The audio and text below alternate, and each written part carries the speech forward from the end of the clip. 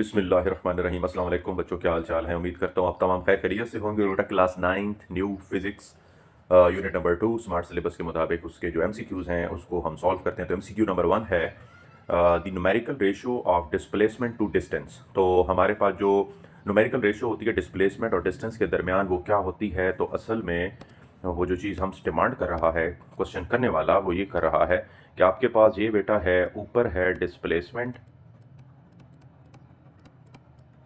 और इसको आपने डिवाइड किस पे कर लेना है, डिस्टेंस पे।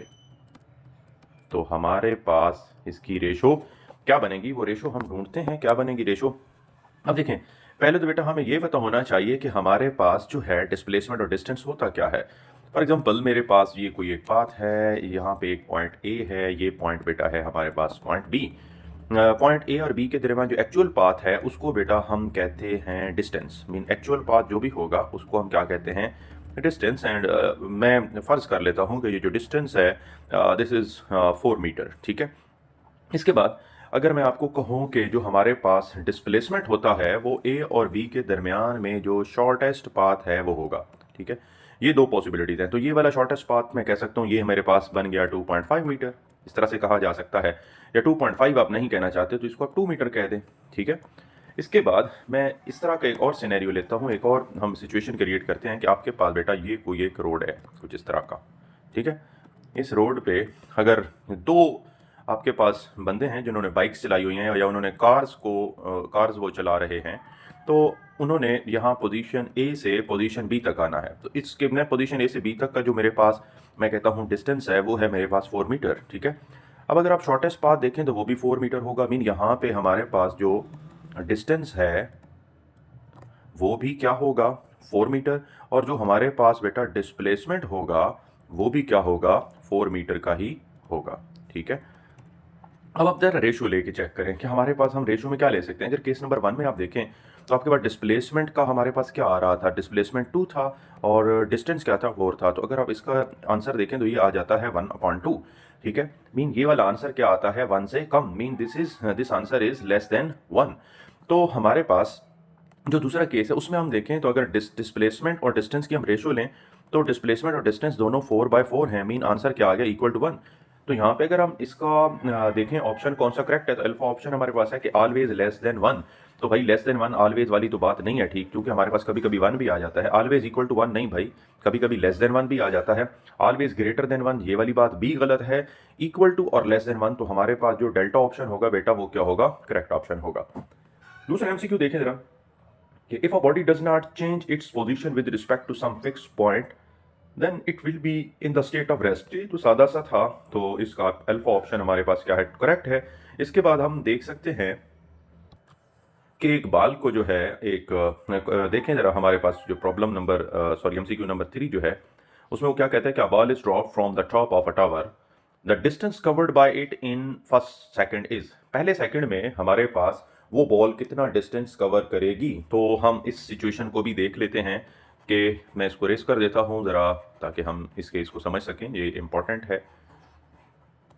अब सिचुएशन क्या है, वो कहता है कि आपके पास एक टावर है। मीन आपके पास ये कोई एक टावर है, इस टावर के ऊपर से किसको गिराया गया है, एक बॉल को गिराया गया है। मतलब ये कोई एक बॉल थी, इसको यहाँ से ड्रॉप किया गया है नीचे। तो वो सवाल वाला कहता है कि जो फर्स्ट सेकंड है, पहले सेकंड में वो वाली बॉल जो है वो कितना डिस्टेंस कवर करेगी। सो हमने एस को कैलकुलेट करना है। ज़रा देखें, जब पहले बॉल जब आपके पास इधर थी, हाइट मतलब टावर के ऊपर थी, तो उस वक्त इसकी इनिशियल वेलोसिटी बेटा क्या थी, 0 मीटर पर सेकंड, ठीक है। जब ये नीचे आई तो ये अंडर डायरेक्शन ऑफ ग्रेविटी आई, तो इसके अंदर जो एक्सेलरेशन होगा वो ग्रेविटेशनल एक्सेलरेशन होगा और उसको हम क्या ले रहे होते हैं बेटा, 10 मीटर पर सेकंड स्क्वायर। उसके बाद हमसे वो डिमांड करता है डिस्टेंस पहले सेकंड में उसने क्या कवर किया होगा। तो आप जरा देखें आपके पास क्या कोई एक ऐसी इक्वेशन है जिसमें आप डिस्टेंस कैलकुलेट कर सके। तो आप कहेंगे सर सेकंड और थर्ड हमारे पास है, तो थर्ड को तो हम छोड़ते हैं, हम सेकंड का काम करते हैं। चूंकि थर्ड में तो देखें ना आप, सेकंड हमारे पास क्या होती है, सेकंड होती है S is equal to we I T plus half A T square. और थर्ड हमारे पास क्या होती है, वो होती है 2as is equal to V F square minus V I square. तो थर्ड को भी हम यूज कर ही नहीं सकते, पहले को वैसे यूज नहीं कर सकते, उसमें डिस्टेंस नहीं होता। पहली क्या होती है, v f is equal to we i plus a t. So इन दोनों को तो यूज ही नहीं कर सकते, दूसरे के साथ गेम करते हैं। तो एस हमारे पास किसकी इक्वल होगा, s is equal to we I T plus a की जगह पे हम क्या लिखेंगे बेटा, हाफ जी टी स्क्वेयर। ठीक है, अब देखें इनिशियल वेलोसिटी तो सिरे से है ही जीरो, सो ये फैक्टर सारा हमारे पास क्या हो जाएगा, जीरो हो जाएगा। तो हम किसके साथ रह जाएंगे, 1/2 जी टी स्क्वेयर। अब वो हमसे कहता है कि जो टाइम है वो 1 सेकेंड है, मीन जो ये टाइम है वो क्या है हमारे पास, 1 सेकेंड। तो s इज इक्वल टू क्या बनेगा, 1/2, g की जगह पे आपने 10 पुट करना है और t की जगह पे आपने 1 का स्क्वायर 1 ही होता है, तो 2 5 आर 10। ठीक है, तो हमारे पास आंसर क्या आ जाएगा, 5 मीटर। तो आप देखें यहाँ पे कोई 5 मीटर का ऑप्शन है, तो ये हमारे पास बेटा आ गया 5 मीटर का ऑप्शन। इसके बाद आप चौथे एमसीक्यू को देखें, तो चौथा एमसीक्यू हमारे पास है कि a body accelerates from rest to a velocity 144 kilometre per hour in 20 seconds, the distance covered by it. तो ये भी एक न्यूमेरिकल प्रॉब्लम ही है, तो इसको भी हम सॉल्व कर लेते हैं।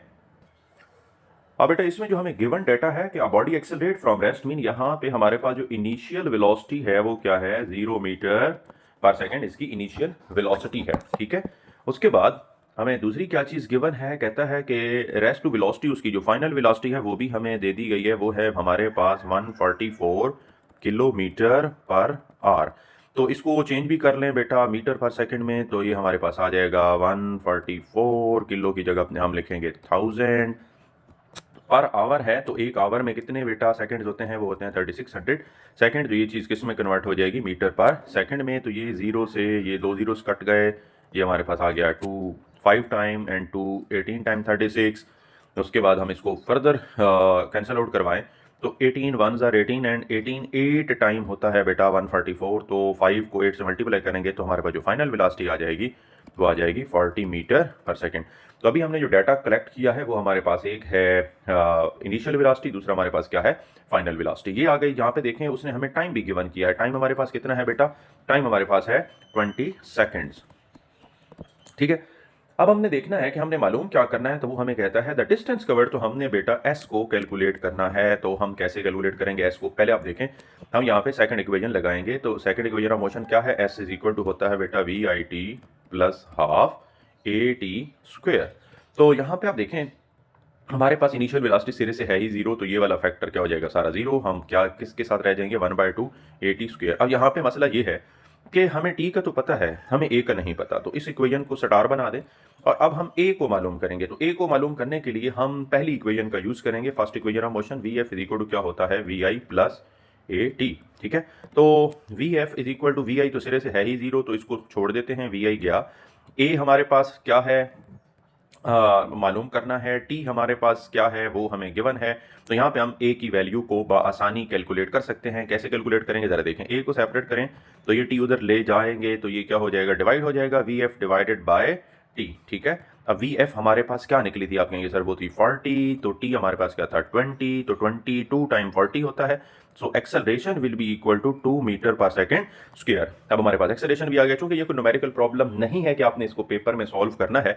हमने बेटा जो इक्वेशन स्टार बनाई थी उसमें ये वाली वैल्यूज को सब्स्टिट्यूट करो, किस किस की वैल्यू को, हमने एक्सेलरेशन की क्या वैल्यू निकाली, वो हमारे पास 2 है। हमारे पास टाइम क्या था, वो था बेटा 20, तो 20 का स्क्वायर, ये 2 से 2 कैंसिल आउट हो गए, और 20 का स्क्वायर क्या होता है हमारे पास बेटा 400, और डिस्टेंस का जो यूनिट होता है वो हमारे पास होता है मीटर। तो अब हम देखेंगे कि हमारे पास कौन सा ऑप्शन जो है वो करेक्ट है, तो आप कहेंगे सर उसमें है वो 400 मीटर जो है वो करेक्ट ऑप्शन है। बढ़ते हैं बेटा हम लास्ट एमसीक्यू की तरफ। The area under the speed time graph is numerically equal to, ये बड़ा आसान सा है कि हमारे पास जो स्पीड टाइम ग्राफ होता है उसके नीचे का जो एरिया है, मीन हमारे पास फॉर एग्जांपल ये कुछ स्पीड टाइम ग्राफ है इस तरह का। ठीक है, ये हमारे पास स्पीड है, ये टाइम है, तो इसके नीचे का जितना भी ये एरिया है ये किसको डिनोट कर रहा होता है बेटा, टोटल डिस्टेंस कवर्ड, कि डिस्टेंस आपकी बॉडी ने कितना कवर किया है। उम्मीद करता हूँ आपको बेटा न्यूमेरिकल की समझ आ गई हो, एमसीक्यूज की समझ आ गई होगी। सॉरी, मेरी ये जो जितनी भी वीडियोस बेटा बना रहा हूँ ये सिर्फ आप लोगों के इम्तिहानी नुक्ते नज़र को मद्देनज़र रख के मैं क्या कर रहा हूँ, बना रहा हूँ। आप इनको बेटा ज़रूर देखें, इससे मुस्तफ़ीद हों। जहाँ पे आपको कोई मसला हो वहाँ पे कमेंट करें, इस वीडियो को लाइक भी करें बेटा, शेयर भी करें और मेरे चैनल को सब्सक्राइब भी कर दें। जज़ाकल्लाह, अल्लाह।